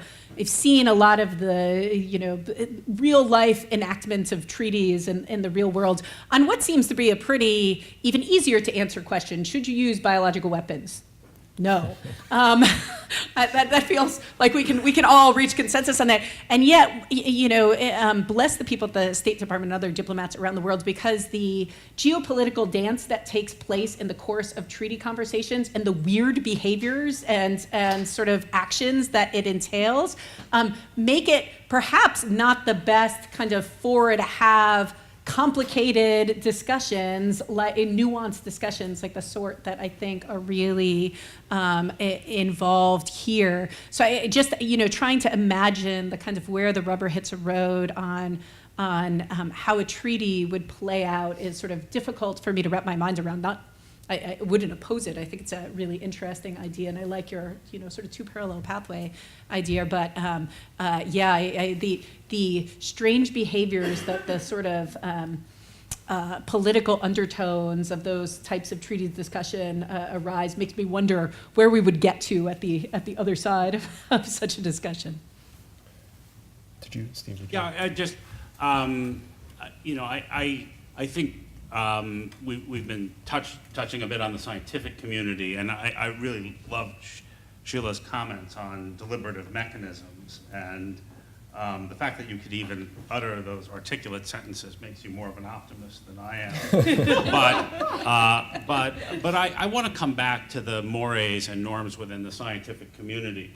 Frankly, the reason that reproductive cloning is partly not an issue is because, as one prominent scientist in the field said, gee, that would be a dumb experiment. If I wanted to raise a clone army like in Star Wars, I'd still have to grow the damn things for 18 years and train them. It's very expensive. And for whatever reason, many scientists see this as a more heroic, I think there's ethical lapses and scientific self-deception, but there is a true sense that somehow they are heroically engaging the rare disease community, and that while instead of it being ethically repugnant and worthy of all kinds of condemnation, it seems just a little bit naughty to be talking instead about, changing genes for educational attainment. And I actually think that besides the broad societal deliberative discussions, we should be thinking about norms within the scientific community as well, because it's in that rich mix between optimistic and self-promoting scientists and families that a lot of the motivation to advance these things, at least prematurely, if some of these things ever would make sense, I think arises, and I think we shouldn't neglect that. I'm going to take Chair's privilege to ask a follow-up question on this point. So, and I'm actually going to pick up on Glenn's IVF comparison. So it seems to me that one of the lessons we can draw from that history and the way that history is told is not just about the technology, but about precisely these norms. So Steve, you said something like there's an attenuation of norms or there's a loss of norms, Yes. but actually, norms are tacit as well as explicit. Yes. And there are very powerful tacit norms. So He Jiankui pointed specifically to a particular precedent in undertaking his project, and that was the precedent of IVF. A controversial experiment done in secret, reported in the newspaper first, with questionable whether there was sufficient preclinical work, et cetera, and very controversial at the time. And yet, fast forward a few decades, and this is a Nobel laureate. And he imagined himself, as I understand it, following essentially the same trajectory. Yes. Therein lies a norm, a hero story. Yeah. And this is a kind of hero story, not necessarily a norm. I think. In any case, if one is looking for what's appropriate or not in scientific practice, and one looks to the examples that are set for oneself, one can understand how this individual would have looked to that example. It no longer looks maybe quite as rogue. It looks more like an aspiration to repeat a history that we've come to. That worked. Okay. So three of you have run or do run major research institutions, multiple major research institutions, and the other three have been for a long time on various sorts of research oversight committees. So I want to ask Sheila's question about deliberative practices inside of science. What does the exploratorium look like? In what ways is the exploratorium lacking in the routines of scientific work? And are the routines of scientific work a sufficient place to build those deliberative capacities, or do they need to extend beyond domains of scientific research, and how? And I want to make this even a little bit more difficult by suggesting that the question probably ought not apply merely to what is technically the most trivial part of this experiment, namely initiating a pregnancy with an embryo. That capacity exists in many places around the world. The hard part is all the basic work done upstream of it. And insofar as the focus becomes that last step, well, you can ask reasonable questions about whether it's going to be effective anyway, if there's a sort of a free-for-all for developing the recipe and doing everything short of finally baking the cake. So I wonder if you would comment both on practices of the kinds of deliberation that are required and what their appropriate object is, whether it's just the endpoint or things that are upstream in the pathway that leads to it? So it's a wonderful and complicated question and worth a seminar for a year to get it right. No, because it really matters, right? But just to touch on just some very superficial points, the world of science has become hyper-competitive. I mean, we see this in all walks of life, right? Having been a university provost and sitting on lots of university advisory committees, universities now fit their strategy around whether they want to be in the global top 50, right? And if you want to be in the global top 50, you certainly shouldn't have a literature department because they don't generate enough citations, right? You should have, in fact, there are certain areas of science, you shouldn't have plant science. You should have only, certain areas of molecular biology. So there's this, but I mean, that example we can generalize. It's very distorting, this kind of hyper-competitiveness. And I think He really believed that he would be lionized in China for being the first. And I mean, I don't know, I've never interviewed him or met him, but I think there is this way in which success and notoriety will drown out any ethical, moral concerns, and it's just worth thinking about whether there's a realistic way of reasserting appropriate balance, right? Again, it's another example. It's bibliometrics run mad, right? It's just measuring all of the wrong things very well. And then the second thing, which to me is also disconcerting, given the scientists who were informed about his goals, is really, there is a scientific issue, but there's an ethical issue of risk and benefit, right? I mean, if he shared his Eric made this point beautifully, I don't have to make it again. The whole experiment was just ill-gotten from the get-go. Everything was wrong with it. And it was, by the way, executed in a highly incompetent fashion. What were these colleagues thinking? And I don't want to blame anybody. I would like to discuss the way the scientific community could have done a much better job, even in the absence of a recognized, clearly stated moratorium. There are many more issues to discuss here. I shouldn't dominate this conversation. Sheila. So one point that's worth making explicitly about the competitiveness is that it's not just competitiveness for glory. We haven't mentioned the money part except glancingly when Steve talked about the company that's selling services and trying to sell it on the basis of educational attainment, but not in those terms, right? So if we're going to talk about public interest science or public good science, we have to figure out an order of the world in which competitiveness does not simply translate into who's doing what for what kind of private or small source gain. I mean, China's competitiveness with the United States may be for Nobel Prizes, but the Nobel Prizes are tied to other things which account in, among other things, for which scientists in America were sitting on the board of her own spin-off company and what kind of benefits they were getting. And I think those stories have not, been fully reported in the literature. So there is this sort of, in the sort of heroic tie into the rare diseases, somehow patents don't get talked about very explicitly. The word I don't think has come up yet, though the institution that one of our esteemed speakers runs has been involved in a certain amount of disputation about exactly that kind of ownership right. So we have to look at the political economy of scientific discovery along with the set of questions about where the right nuance and right deliberation ought to take place.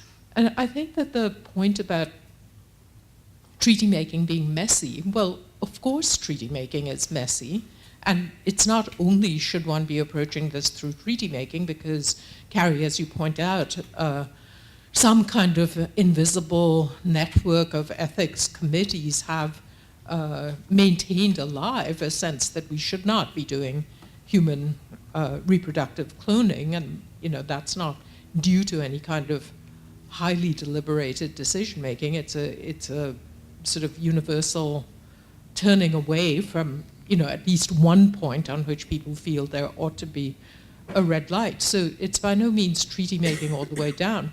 But at the moment, there's not very good mechanisms for even exchanging reasons why people come to one point rather than another point about the same sorts of things. I mean, so PGD is not treated in the same way in every country that I know something about, but I don't think that, for instance, our bioethicists are necessarily very well aware of what people say about the same bioethical issues in a completely different language, even when it's only as different as French or German. I mean, so, that kind of horizontal understanding of the reasons why people get to certain places is not very widely shared or understood. And I think in our particular call for a cosmopolitan ethics, we've stressed that there ought to be more of that horizontal exploration of the reasons why people get to certain endpoints. This is not, Steve, about optimism or pessimism. It's, if what we're after is a period of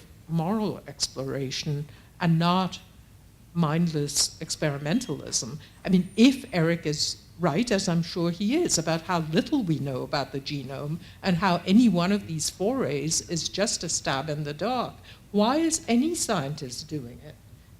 No scientist who's been trained in all of those kind of Mertonian ethics of communalism and universalism and so on and so forth that we love to celebrate should be doing the sorts of things they're doing if mathematically the chances of making horrible mistakes is as great as it is. And you didn't even mention the connection of the gene to the mental enhancement thing, which was already out there in the literature before Mr. Her undertook his activities. So I think that the deliberation obviously cannot be left inside the scientific community, and if that makes it messier, I mean, we put up with messiness for all kinds of reasons, and it seems to me again that the ultimate endpoint, like, who are we as a species anyway, and what right, if any, do we have, I mean, Hamlet talked about God-given reason not being allowed to just rest unused.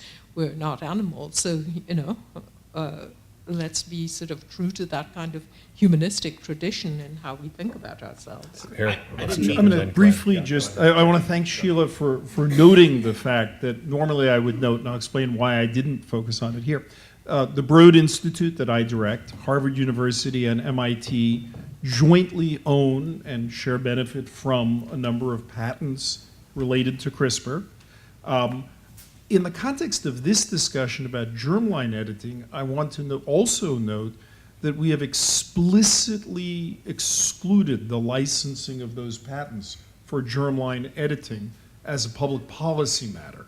So in this case, at least, whatever anybody might make off the use of it for germline editing, we've explicitly said we will not do in order to preserve the status quo so that society can make whatever decision it wants. So I'm glad you raise it, because normally I raise it. In this case, we have actually forsworn any economic benefit from it, but it's an important point to make, and I'm glad to make that disclosure. Glenn. Here's a proposition, contestable, but I'm going to leave it to you to think about. Is it possible to adjudicate Eric's proposal about a process without a view about what you ultimately think the substance of the outcome ought to be? It's the dream of every moral philosopher that when we can't agree on substantive justice, we agree on procedural justice, and then we are happy with the results. It is the experience of every person who's ever taught a class, been married, or had a child, that in fact we often use pauses, delays, let's talk about it later, let's not make a decision now. Sometimes as a way to get more data, sometimes as a way to have substantive conversations, but sometimes strategically to lead to a particular outcome. And the question I have for you is a pause, and your attitude towards a pause here, indelibly connected with where you think you want things to end up? Or can you have a view about the benefits of a moratorium, even if you think you would adopt diametrically opposite positions on the ultimate outcome? That is literally a question. I don't have strong views about this, but I'm But curious amongst about the it. 18 authors of the paper, there are diametrically opposed views. All of them agree on the pause. Glenn, just as a total aside, you could ask your same question of democratic institutions, and I think maybe the answer would be a very strong yes. We want them, even if we don't know where they're taking us. We're running up against the end of our time, but in the spirit of a broader dialogue, I want to at least take a question. Maybe we'll steal a little time and take two from the audience. So please. No, please use the mic. Do both. Because the world is watching via the internet. No pressure. So the public opinion polls on whether or not there should be a public discourse on this issue are unsurprisingly in favor of public discourse. That being said, I guess I wanted to get your views on how, public information on this sort of issue and how the public is being informed. Most obviously, common ways that public receives information is mass media. What are your views on how the media is covering this issue as experts? Maybe. The Yogi Berra quote was from the Yale Literate magazine from the 1880s, actually. But it was Yogi Berra? No. I mean, I think he said it, but I don't know if He was repeating it. he was repeating it. Will you bring the mic up here? And I'm going to take one more. I would say, so just to answer that question, the best thing we could do in the world would be to ban the words designer babies, right? That particular term is singularly unhelpful, and I think builds into it all the hype that is inaccurate based on the scientific record. So I'm going to take one more question or comment and then invite the panelists. Chris Lydon from WBUR. I love the idea of an exploratorium. The word sounds wonderful. What is the difference today between your kind of exploratorium and the Broad Institute? Second question, how would you have to tweak, redesign, start again, or whatever with the Broad Institute to make it the exploratorium, the conversational, open, scientific, public institution that we all seem to want? So I'm going to invite the panelists to each make a final statement, and since that question was directed towards Sheila and she spoke last, I invite you to speak first. Well, of course, the Broad Institute is an exploratorium. I think that the point that I make in most of my writings is that human exploration about such things as human values happens in all disciplines and among all kinds of societies and in all kinds of institutional forums. I think that something has actually taken a wrong turn between science and society since the days of the Islamar Conference. I mean, it was already kind of narrow back then, but the dialogue has broken down. I mean, why is it that nobody studies literature and competitiveness is defined in terms of, things like patenting and high-impact journals and so forth? So I think that I would invite Eric to come over to the Kennedy School a bit more often, but to the particular corners inhabited by the marginal community of STS scholars and sit with us and explore things from a different point of view from what is done in the Broad or in equivalent places. I think that the sort of cross-fertilization, which is rather unidirectional at the moment, that is the philosophers, the ethicists, the sociologists, they are pursuing the science wherever it goes.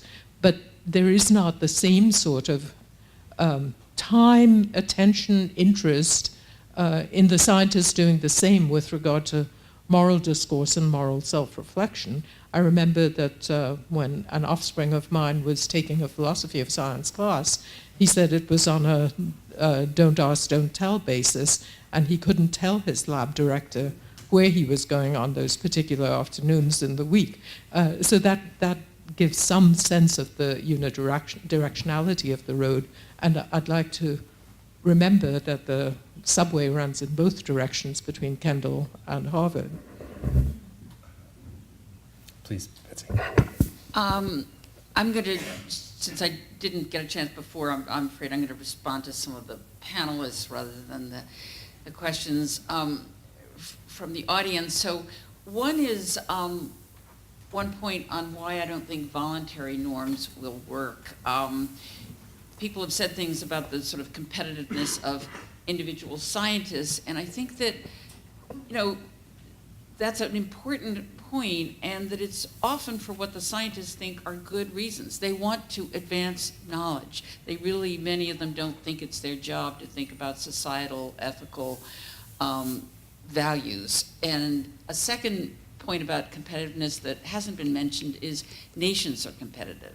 And scientists are often persuading national policymakers that, you know, bad to have any restrictions because we're behind, you know, England as in IVF, et cetera. So that's that point. The second point is a response to Eric, and I just want to say that you're the person who should write as an individual now, not with the group, why treaties would be an important solution, because you're the person with the knowledge base to do it. Steve.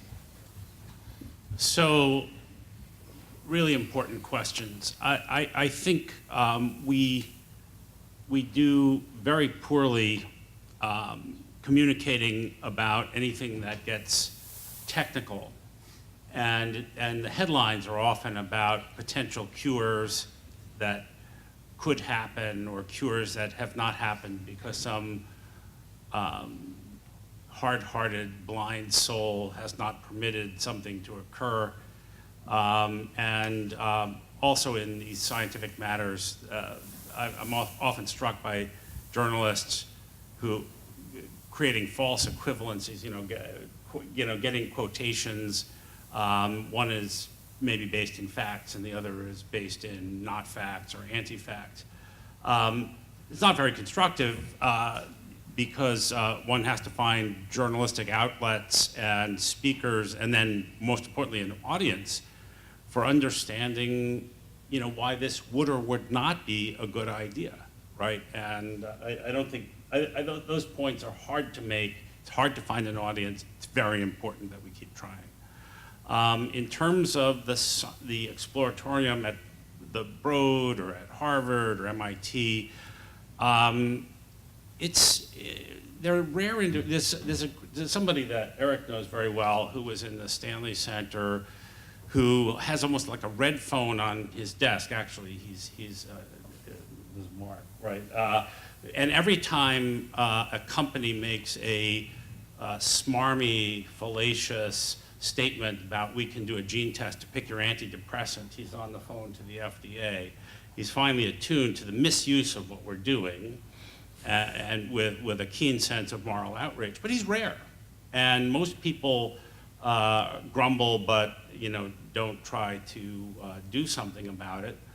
I teach an undergraduate. I teach an undergraduate course. That's how I get paid, actually. I teach an undergraduate course here, which is in the gen ed curriculum.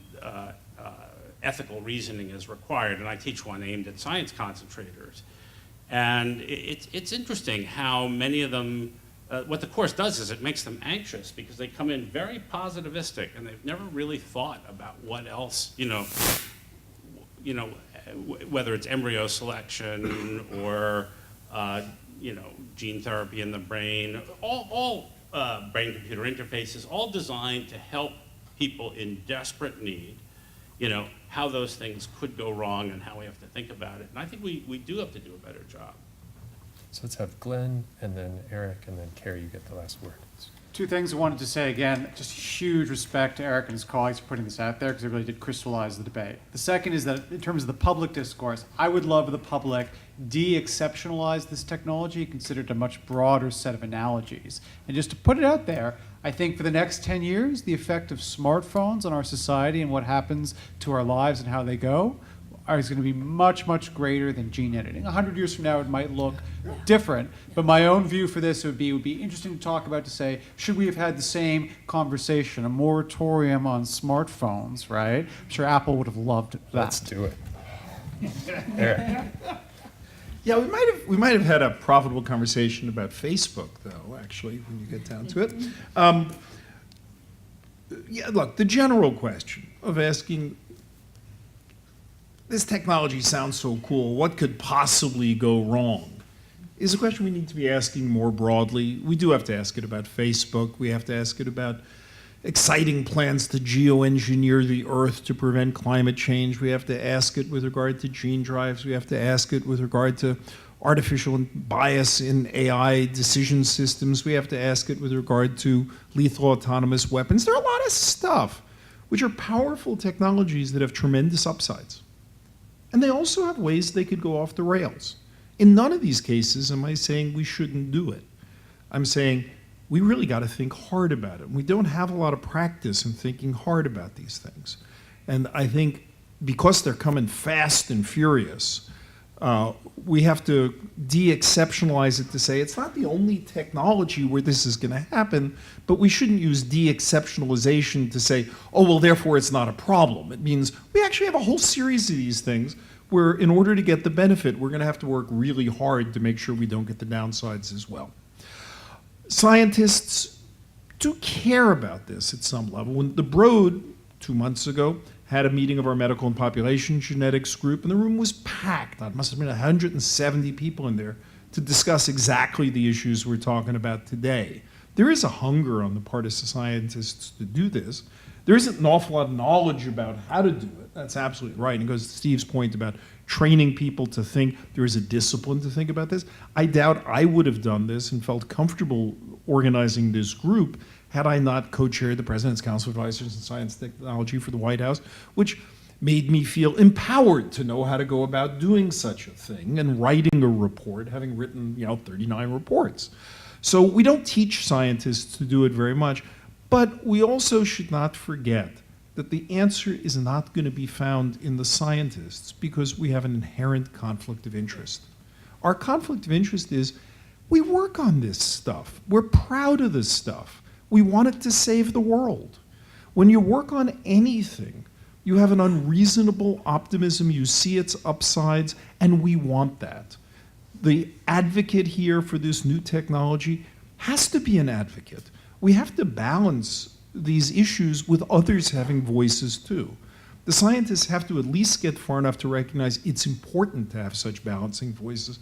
But the idea that a National Academy Committee in 2017 or some other group can manage to pull off that balance while being enthusiasts for the upsides and what we truly can do to improve the world, that's just not the way we get a society to reach wise decisions. We actually need disagreeing voices and real debate. Carrie. Well, the fact that I opened up my talk with a vocabulary lesson maybe indicates how great I think the popular media is doing in talking about these issues. Not good at all. I'm with you on the elimination of terms like CRISPR babies and designer babies, and that's actually what often keeps me up at night the most in thinking about why we need to be very careful with this germline editing conversation because there's so much conflation. I do worry about the inadvertent consequences on very positive, and far less ethically challenging applications of these technologies. And I think we have to be careful there. Again, we don't want to erode public trust. But on this question of how do you have this conversation, where do you have this conversation, get back to the question of norms. I've been spending a lot of time recently, for reasons that has nothing to do with gene editing or germline editing, thinking about the culture of science, and for a lot of different reasons that have to do with things like rigor and reproducibility and sexual harassment and foreign influences and things far removed from emerging biotechnologies, but have made me become sort of deeply introspective to the cultural values that the scientific community holds dear and puts into practice and is sort of blind to, in the same way you're blind to your own culture until maybe you go abroad and spend time in someone else's culture and realize all the strange things that you do in your everyday life that you don't even notice until you have something to compare it to. And I think that in a variety of settings, including this one, some of those cultural touchstones in science are coming back to haunt us in some ways. And for example, in just closing on what are the lessons learned from what happened in China,